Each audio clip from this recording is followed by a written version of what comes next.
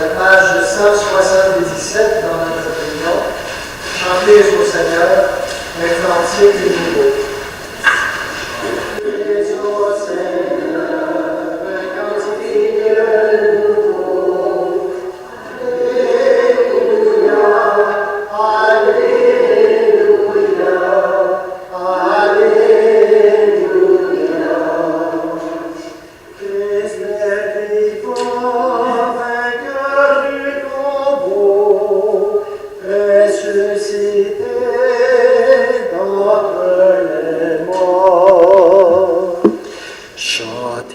Au Seigneur, un cantique nouveau. Alléluia, Alléluia, Alléluia. Bonjour, nous sommes rassemblés au nom du Père, du Fils et du Saint-Esprit. Amen. La grâce de Jésus-Christ notre Seigneur, l'amour de Dieu le Père, la communion de l'Esprit Saint soit toujours avec vous. Aujourd'hui, l'Église nous invite à célébrer Saint Joseph, travailleur. Pour bien des personnes, le 1er mai, c'est la fête du travail, la fête des travailleurs, mais semble-t-il que cette fête aurait une origine du côté des communistes. Et l'Église aurait voulu donner un caractère beaucoup plus chrétien à cette fête qui se célébrait déjà, en nous faisant penser à un des travailleurs qu'on a, qui pour nous est important, Saint Joseph. Saint Joseph qui, durant toute sa vie, son humble vie, sa vie dans le silence, a quand même travaillé, a été un exemple pour Jésus, a été un exemple de quelqu'un qui travaillait pour permettre à Jésus, lui-ci, de se réaliser à travers le travail, mais qui a été aussi, Saint Joseph, un peu comme le soutien de la famille, le protecteur de la famille. Alors, si vous voulez, aujourd'hui, on va prier pour deux raisons. Une première, pour rendre grâce au Seigneur pour le travail qu'on a pu vivre. Plusieurs parmi vous, je pense qu'ils ont déjà franchi l'étape. On ne travaille plus nécessairement pour gagner son pain. Ça ne veut pas dire qu'on a arrêté de travailler. On me dit souvent que ceux qui sont à la retraite, c'est du monde qui est encore bien plus engagé qu'avant. Alors, mais vous réalisez quand même du travail. Donc, rendre grâce au travail pour tout, rendre grâce au Seigneur pour tout ce travail qu'on a réalisé, puis comment ce travail-là nous a aidés à nous réaliser, à agrandir, à nous épanouir. Mais en même temps, ça sera une occasion de prier pour ceux qui travaillent dans des conditions plus difficiles, pour ceux qu'on ne respecte pas comme êtres humains dans le travail. Je pense entre autres à toutes ces personnes qu'on va exploiter pour avoir emmagasiner plus de profit et à qui on n'offrira pas des conditions de travail sécuritaires ou justes. Alors portons toutes ces personnes aussi dans notre prière ce matin. Au début de notre célébration, reconnaissons que nous sommes pécheurs. Reconnaissons que le Seigneur nous invite à collaborer à son œuvre et que bien des fois, nous l'oublions. Seigneur Jésus, envoyé par le Père pour donner à la création une vie nouvelle, prends pitié de nous. Ô Christ, venu dans le monde pour réconcilier tous les humains dans la joie de Dieu, prends pitié de nous. Seigneur, élevé dans la gloire du Père, où tu ne cesses d'agir pour mener le monde à son achèvement, prends pitié de nous. Que Dieu Tout-Puissant dans son amour nous montre encore une fois sa miséricorde, qu'il nous pardonne tous nos péchés, qu'il nous conduise à la vie éternelle. Amen. Prions le Seigneur. Dieu créateur de l'univers, tu veux que l'être humain, par son travail, te rende gloire en continuant ton œuvre. Permets, en ta bonté, qu'à l'exemple de Saint Joseph et sous sa protection, nous accomplissions les tâches que tu nous donnes et recevions la joie promise aux bons serviteurs. Par Jésus le Christ, ton Fils, notre Seigneur et notre Dieu, qui règne avec toi dans l'unité du Saint-Esprit, maintenant et pour les siècles des siècles. Amen.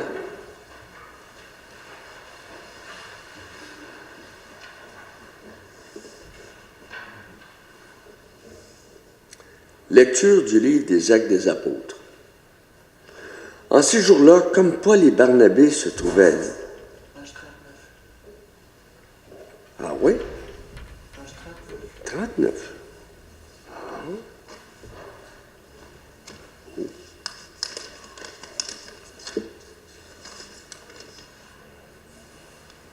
Saint-Joseph. Lecture de la lettre de Saint Paul, l'apôtre aux Colossiens. Par-dessus tout, ayez l'amour, que le lien le plus parfait, qui est le lien le plus parfait, et que dans vos cœurs règne la paix du Christ à laquelle vous avez été appelés, vous qui formez un seul corps. Vivez dans l'action de grâce, et tout ce que vous dites, tout ce que vous faites, que ce soit toujours au nom du Seigneur Jésus, en offrant par lui votre action de grâce à Dieu le Père. Quel que soit votre travail, faites-le de bon cœur, comme pour le Seigneur, et non pour plaire à des hommes. Vous savez bien qu'en retour, vous recevrez du Seigneur votre héritage. C'est le Christ, le Seigneur, que vous servez. Parole du Seigneur. Consolez le Seigneur l'ouvrage de nos mains.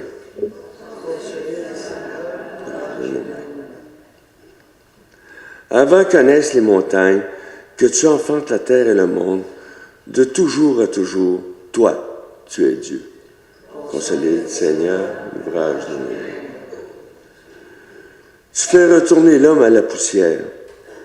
Tu as dit, retournez, fils d'Adam. À tes yeux, 1000 ans sont comme hier. C'est un jour qui s'en va, 1 heure dans la nuit. Consolez le Seigneur l'ouvrage de nos mains. Apprends-nous la vraie mesure de nos jours, que nos cœurs pénètrent la sagesse. Reviens, Seigneur, pourquoi tarder? Ravise-toi par égard pour tes serviteurs. Consolez le Seigneur l'ouvrage de tes mains. Rassasie-nous de ton amour au matin, que nos passions nous jouent dans la joie et le chant et les chants. Fais connaître ton œuvre à tes serviteurs et ta splendeur à leurs fils. Consolez le Seigneur l'ouvrage de tes mains. Alléluia, Alléluia, Alléluia, Alléluia. Que le Seigneur soit béni, jour après jour, ce Dieu nous accorde la victoire. Alléluia, Alléluia, Alléluia, Alléluia. Le Seigneur soit avec vous. Annonce la bonne nouvelle de Jésus le Christ selon saint Matthieu.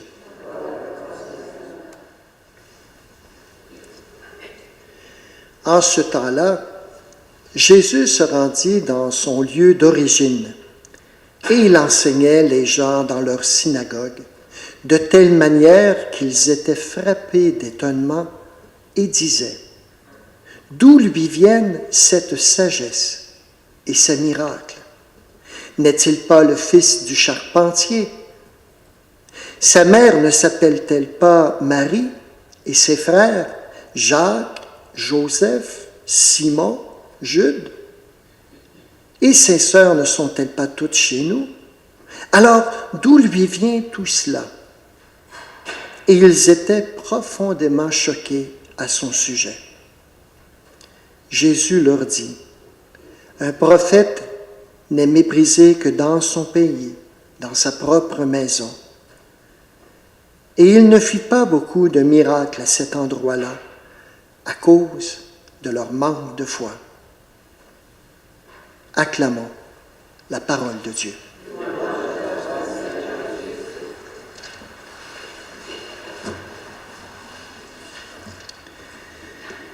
D'où lui viennent toute cette sagesse, ces miracles?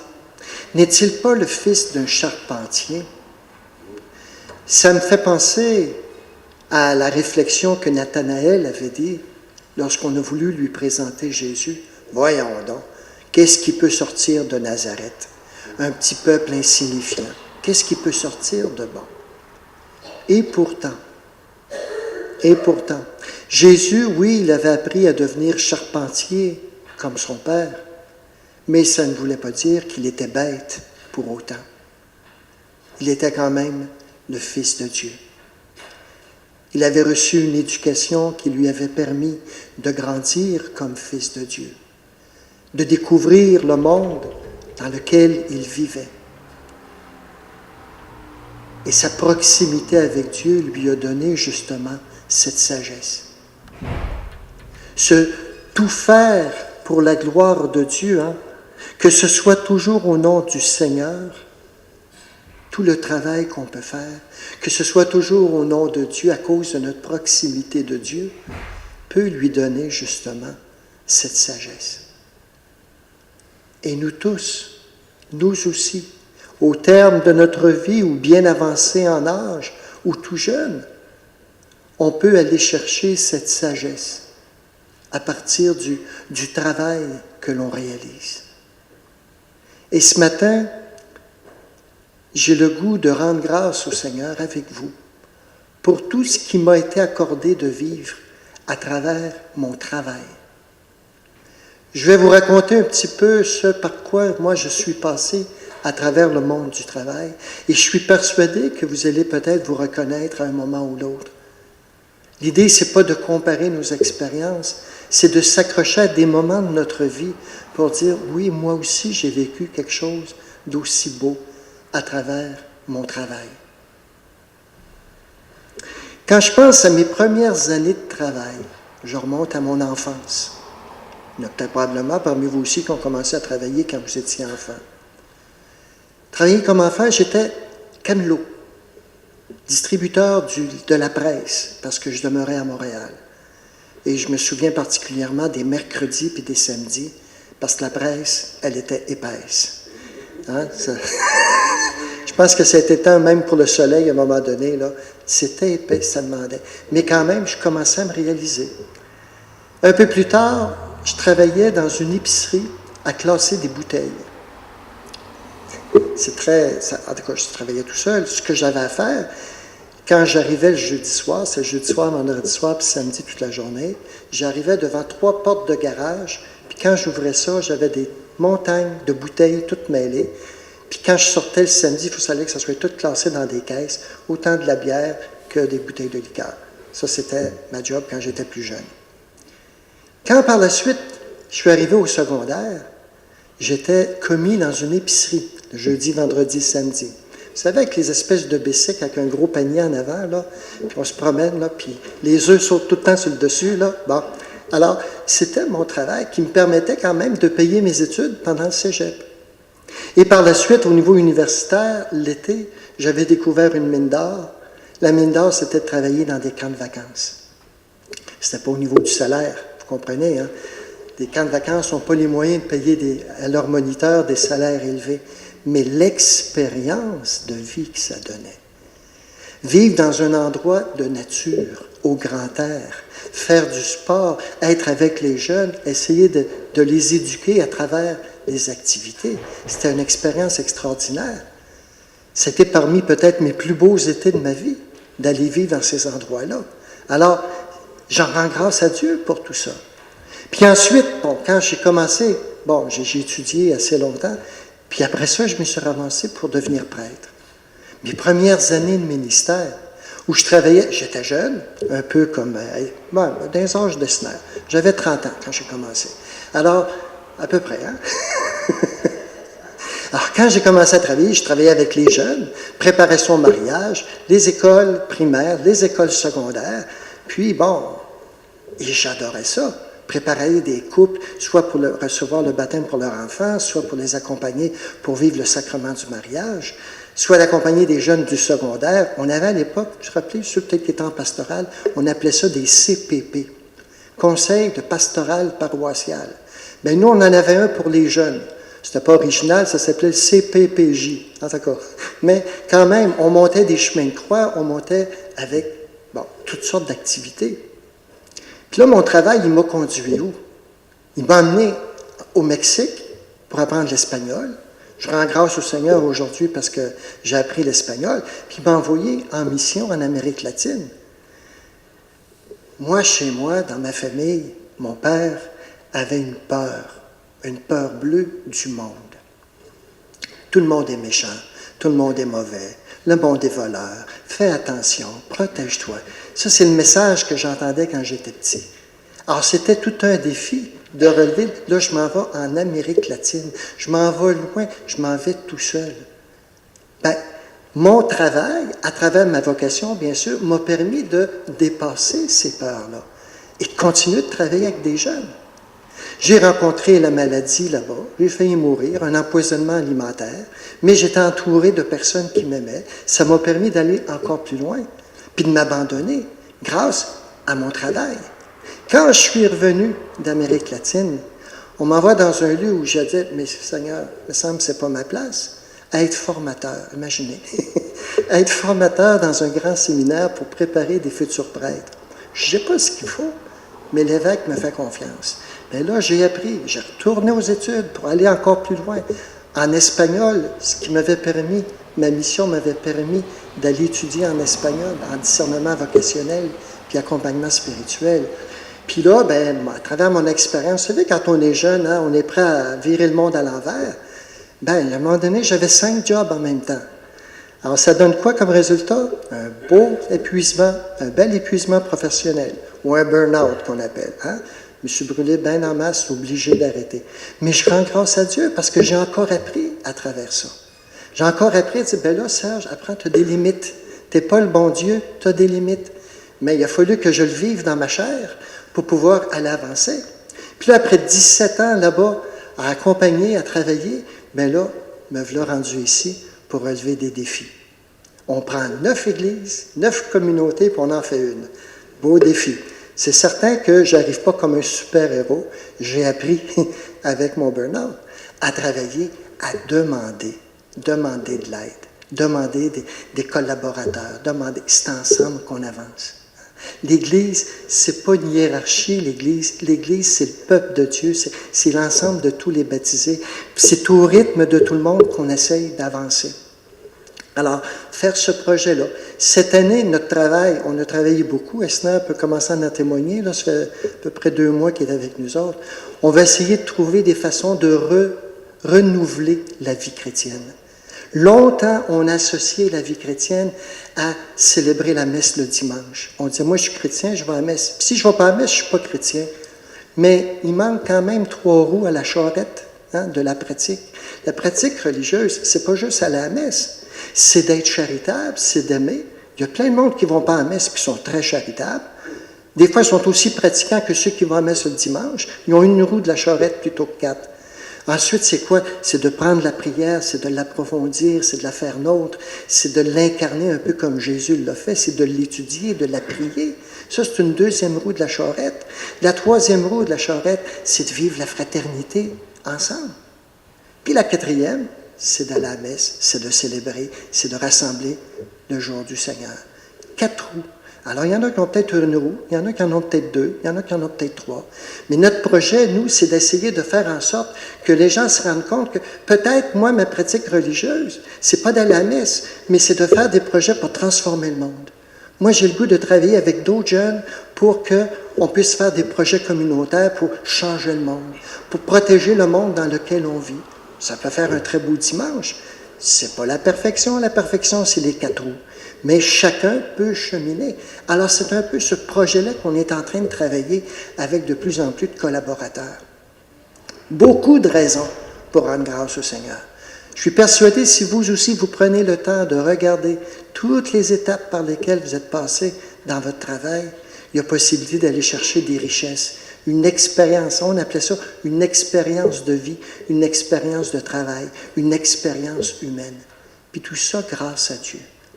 Alors, si vous voulez, même si plusieurs parmi vous ont fini de recevoir un travail rémunéré, je pense qu'il y a encore possibilité de s'impliquer dans la grande famille de Dieu. Il y a encore possibilité de partager les trésors qu'on a reçus. C'est un beau travail. C'est un très beau travail. Puis en même temps, prions. Prions pour tous ceux qui, justement, ont des conditions de travail difficiles. Des gens qui se font des fois des illusions, puis qui n'arrivent pas à avoir réalisé leurs rêves, parce qu'ils ne rencontrent pas les conditions de travail justes à leur endroit. Amen.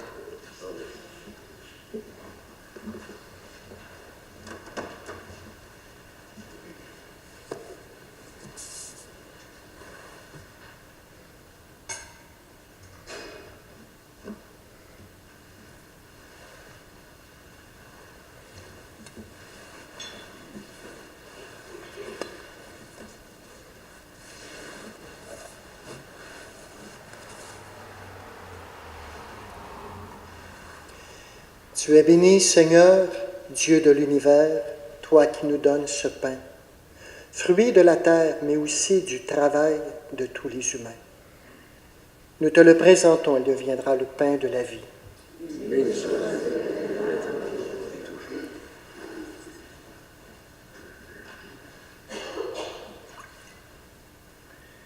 Comme cette eau se mélange au vin pour le sacrement de l'alliance, puis sur notre unie à la divinité, Dieu le qui prépare à notre humanité.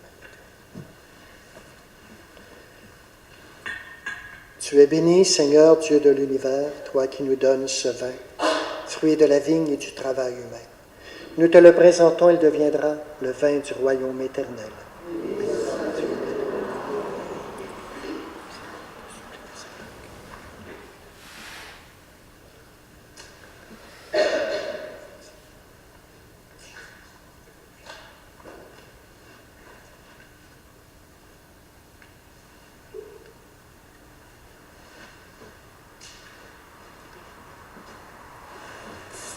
Prions ensemble au moment d'offrir le sacrifice de toute l'Église.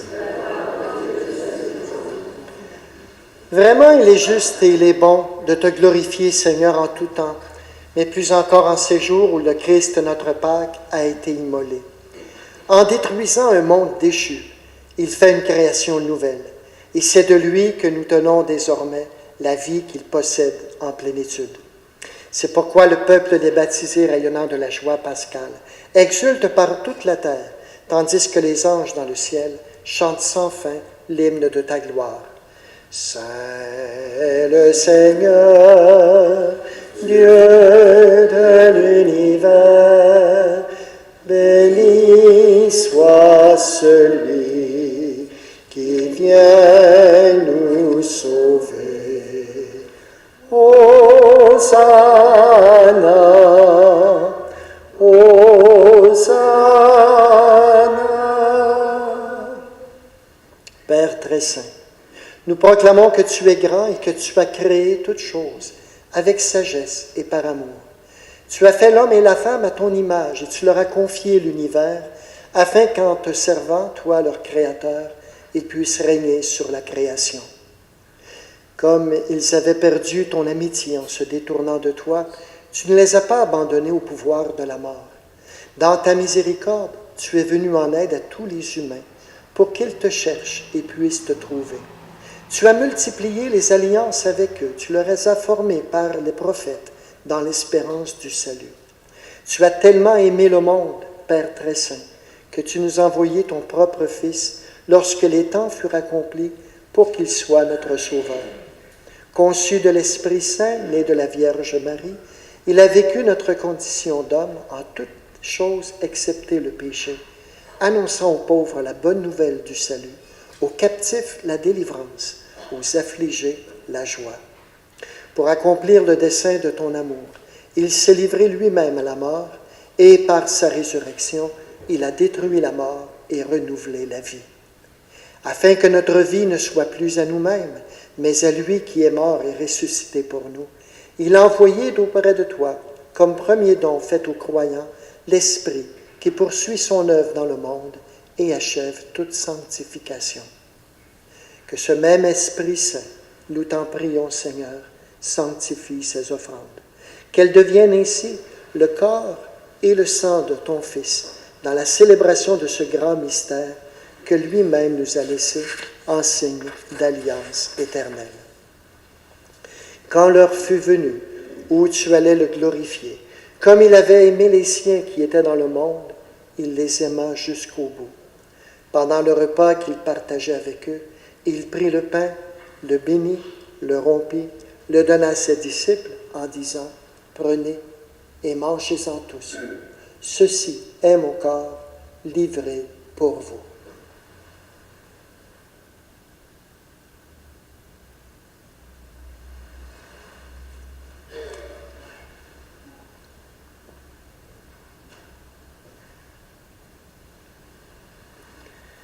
De même, à la fin du repas, il prit la coupe remplie de vin. Il rendit grâce, la donna à ses disciples en disant, « Prenez et buvez-en tous, car ceci est la coupe de mon sang, le sang de l'alliance nouvelle et éternelle, qui sera versé pour vous et pour la multitude en rémission des péchés. Vous ferez cela en mémoire de moi. »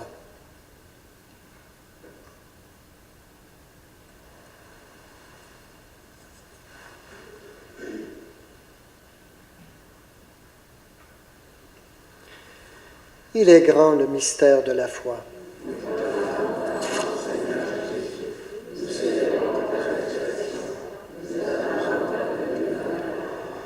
Voilà pourquoi, Seigneur, nous célébrons aujourd'hui le mémorial de notre rédemption, en rappelant la mort de Jésus-Christ, sa descente au séjour des morts, en proclamant sa résurrection et son ascension à ta droite dans le ciel, en attendant aussi qu'il vienne dans la gloire. Nous t'offrons son corps et son sang, le sacrifice qui est digne de toi et qui sauve le monde. Regarde, Seigneur, cette offrande que tu as donnée toi-même à ton Église. Accorde à tous ceux et celles qui vont partager ce pain et boire à cette coupe d'être rassemblés par l'Esprit Saint en un seul corps, pour qu'ils soient eux-mêmes dans le Christ une vivante offrande à la louange de ta gloire. Et maintenant, Seigneur, rappelle-toi tous ceux pour qui nous offrons le sacrifice, notre pape François, notre évêque Gérald et tous les évêques, les prêtres et ceux qui les assistent, les fidèles qui présentent cette offrande, les membres de notre assemblée, le peuple qui t'appartient et toute personne qui te cherche avec droiture. Souviens-toi aussi de nos sœurs et de nos frères qui sont morts dans la paix du Christ et de tous les morts dont toi seul connais la foi. Et plus spécialement ce matin, nous te prions pour M. Philippe Goudreau. À nous qui sommes tes enfants, accorde, Père très bon, l'héritage de la vie éternelle, auprès de la Vierge Marie, la bienheureuse Mère de Dieu, auprès de Saint Joseph, son époux, des apôtres et de tous les saints dans ton royaume, où nous pourrons, avec la création tout entière, enfin libérés du péché et de la mort, te glorifier, par le Christ notre Seigneur, par qui tu donnes au monde toute grâce et tout bien. Par lui, avec lui et en lui, à toi, Dieu le Père Tout-Puissant, dans l'unité du Saint-Esprit, tout honneur et toute gloire pour les siècles des siècles. Amen.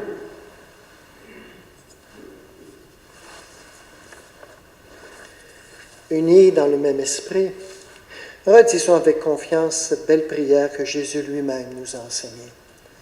Notre Père qui es aux cieux, que ton nom soit sanctifié, que ton règne vienne, que ta volonté soit faite sur la terre comme au ciel. Donne-nous aujourd'hui notre pain de ce jour. Pardonne-nous nos offenses, comme nous pardonnons aussi à ceux qui nous ont offensés. Et ne nous soumets pas à la tentation, mais délivre-nous du mal. Délivre-nous de tout mal, Seigneur, et donne la paix à notre temps. Par ta miséricorde, libère-nous du péché. Rassure-nous devant les épreuves. En cette vie, nous espérons le bonheur que tu promets et l'avènement de Jésus le Christ, notre Sauveur.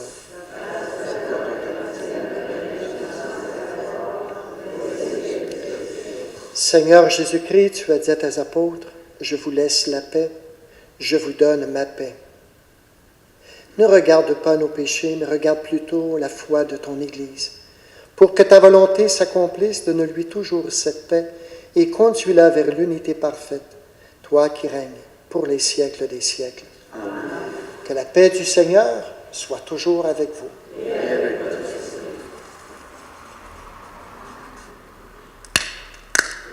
Agneau de Dieu, qui enlève le péché du monde, prends pitié de nous.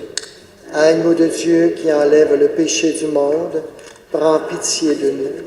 Agneau de Dieu, qui enlève le péché du monde, donne-nous la paix.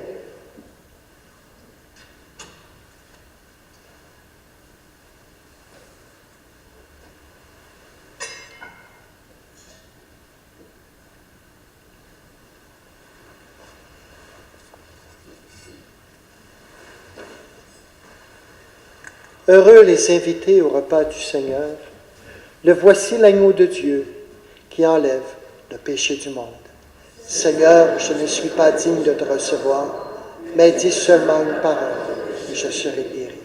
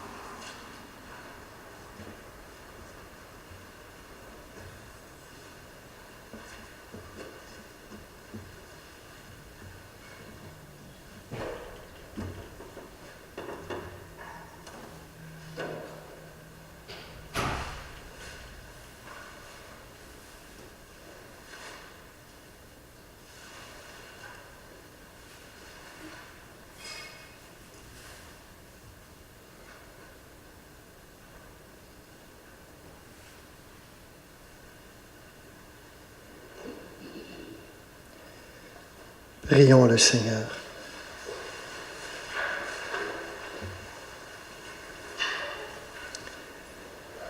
Tu nous as donné, Seigneur, de goûter aux joies du ciel et nous te supplions encore. Fais-nous témoigner, comme Saint Joseph, de la charité que tu as répandue dans nos cœurs, et nous connaîtrons la paix qui n'a pas de fin. Lui qui règne avec toi dans l'unité du Saint-Esprit, maintenant et pour les siècles des siècles. Amen. Le Seigneur soit avec vous, et que Dieu Tout-Puissant, dans son amour, vous bénisse et vous garde, le Père, le Fils et le Saint-Esprit. Amen. Au cours de la liturgie de la parole, le psalmiste disait « Consolide l'ouvrage de nos mains ». Eh bien, c'est la grâce que je vous souhaite pour la journée, pour le reste de la semaine, que le Seigneur consolide vraiment l'ouvrage de vos mains. Allez tous dans la paix et la joie du Christ. Bonne journée.